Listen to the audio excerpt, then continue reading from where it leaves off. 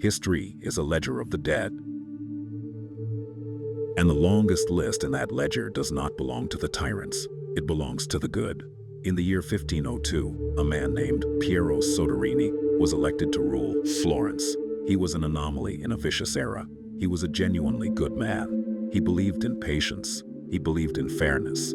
He believed that if he acted with absolute moral purity, his enemies would be disarmed by his virtue. He assumed that human nature was fundamentally drawn to the light. He was wrong. Watching him from the shadows of the Florentine court was a diplomat named Niccolò Machiavelli. Machiavelli watched Soderini refuse to crush a conspiracy against him, believing the conspirators could be reasoned with. He watched Soderini refuse to fortify the city's defenses, believing his peaceful intentions would prevent an invasion. He watched Soderini govern through the lens of how the world ought to be, rather than how it actually was. Machiavelli watched the Medici family march into Florence. They did not care about Soderini's goodness. They cared about power. Soderini was crushed. He lost his city. He lost his home. He died in exile. A good man, annihilated by the mechanical reality of human behavior. You are repeating his mistake. You go to work. You manage your relationships. You navigate this world, believing that your decency is a shield. It is not a shield. It is a mathematical vulnerability. Today, we study the architecture of manipulation. We dissect Machiavelli's darkest rule, not so you can conquer the innocent, but so you stop bleeding for parasites. We begin with the fundamental error of the modern mind. Machiavelli wrote a law of human behavior that history has desperately tried to bury. He wrote, "A man who wishes to make a profession of goodness in everything must necessarily come to ruin among so many who are not good." Let us examine the mechanics of your ruin. You operate under an asymmetrical contract. You restrict your own behavior. You refuse to lie. You refuse to manipulate. You refuse to strike first. You play by the rules of empathy, fairness, and reciprocity. But the narcissist in your office does not. The toxic partner in your home does not. The predatory client does not. They are operating outside your moral geometry. They look at your empathy and they do not see virtue. They see a lever. They see a button they can press to make you yield. When a ruthless person encounters a good person, they do not suddenly find their conscience. They find a victim. You believe your sacrifices will be recognized.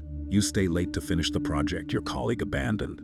You absorb the emotional volatility of your partner to keep the peace in your house. You lend money to a friend who never repays it. You expect the ledger to balance. You operate on the cognitive distortion that the universe rewards martyrdom. This is a structural failure. To the manipulator, your sacrifice is not a debt they owe you. It is the new baseline of what they expect from you. Every time you yield to maintain the peace, you are teaching a parasite exactly how much blood you are willing to give. You are writing the instruction manual for your own exploitation. To defend a fortress, you must first understand the siege engines used against it. The primary weapon of the modern manipulator is not aggression. It is not physical dominance. It is the weaponization of your own guilt. They will not ask you to surrender. They will manufacture a scenario where you feel obligated to surrender. They will play the victim. They will engineer a crisis that requires your immediate rescue. They will cite your past kindness as a precedent for your current exploitation. Listen to the algorithmic inputs designed to bypass your logical defenses. I thought you cared about this team. If you loved me, you would understand why I did it. I just need one more favor. You are the only one who can help me right now. These are not emotional pleas. They are calculated psychological strikes. They are designed to trigger your conditioned need to be perceived as a good person. Machiavelli understood that guilt is a leash. As long as you are terrified of being perceived as selfish, you will always be a slave to the person who is willing to call you selfish. You must sever the leash. You must learn to look at a manufactured crisis and do absolutely nothing.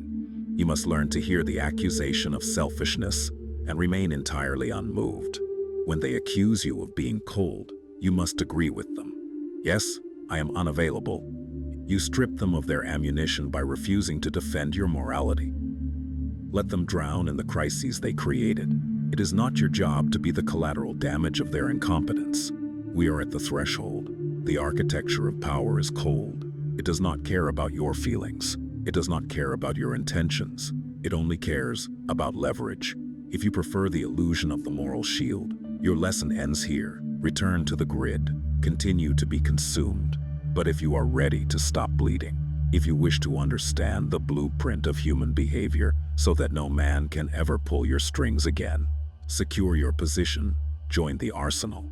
The second siege engine is the tactic of attrition. They do not ask for your soul all at once. They take it in millimeters. In behavioral science, this is known as the foot in the door technique. Machiavelli observed it in the slow, creeping annexation of territories. You observe it in your daily life. It begins with a small, seemingly unreasonable request, a text message from your boss late on a Friday night, a slight, almost imperceptible alteration to an agreement, a minor, disrespectful comment disguised as a joke. You let it pass. You tell yourself it is not worth the conflict. You do not want to be seen as difficult. You have just redrawn the map. By failing to defend the outer perimeter, you have signaled to the adversary that your borders are porous. The next request will be larger. The next insult will be sharper. The next violation will be more profound. They are testing the structural integrity of your spine. You do not lose your autonomy in one grand, cinematic battle. You lose it in 1,000 invisible concessions. You lose it every time you say, "It is fine," when it is not fine. The defense against the tactic of attrition is absolute, geometric rigidity. You do not compromise on the perimeter. When a small, unreasonable request is made, you deny it. When a minor disrespect is spoken, you confront it, coldly, without emotion, without a raised voice.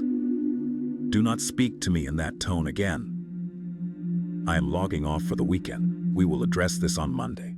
You make the cost of crossing your border so disproportionately high that they never attempt to test the walls again. You must train the people around you how to treat you, and you train them through consequences, not conversations. The third cognitive failure is the projection of conscience. You possess empathy. You feel remorse when you harm others. Therefore, you project that exact same internal mechanism onto the people you interact with. When someone betrays you, your first instinct is to ask, how could they do this? You ask this because you are trying to solve their behavior using your own psychological math. You assume they must be operating from a place of profound hurt, or temporary insanity, or a misunderstanding. You search for a rationalization that preserves your belief in their fundamental goodness. Machiavelli demands that you stop hallucinating. You must strip away your projection and look at the raw data of their actions. Some individuals do not possess your internal braking system. They do not feel remorse. They view relationships strictly as transactional economies. What can you provide? How much can they extract before you collapse? When you project a conscience onto a person who does not have one, you become the architect of your own destruction. You offer them forgiveness when they only require submission. You offer them understanding when they are only measuring your weakness. You must adopt the clinical gaze. When a person shows you their capacity for deceit, believe the data immediately. Do not wait for a second data point. Do not wait for an apology that will only serve as a smokescreen for their next extraction. Categorize them. Neutralize their access to your life. Move forward. Machiavelli is universally misunderstood by the weak. Fools read his work and believe the goal is to become a tyrant. They believe the objective is to become the manipulator, to lie faster, to betray first. This is the path of the undisciplined. It is the behavior of a cornered animal. The true application of this intelligence is not malice. It is the calculated distance. It is the ability to look at human behavior without the distorting, blinding lens of sentimentality. To see people exactly as they are, not as you wish them to be, not as society tells you they should be.